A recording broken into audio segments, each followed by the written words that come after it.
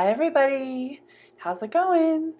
Okay, so I just wanted to let you know today I'm going to use some craft paints because someone said that they couldn't afford the gold and fluid acrylics, although you can see right there that the gold tried to make it in, although I did not use it. I substituted with a cheaper silver, and then I used the basic Prism Violet.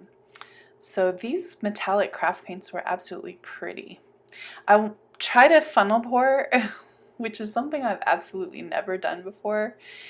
And all I can tell you is I have no idea what I'm doing. And about halfway through, I abandoned the funnel pour because I clearly have no clue as to how to make it work. And anyway, this painting was an absolute journey. And there's part of me that wants to talk all the way through because it was absolutely crazy what I went through to get my final product. But you know what? I don't want to bore you, and I just will let you watch. But suffice it to say, every painting for me is an absolute journey. Just don't give up. Don't give up.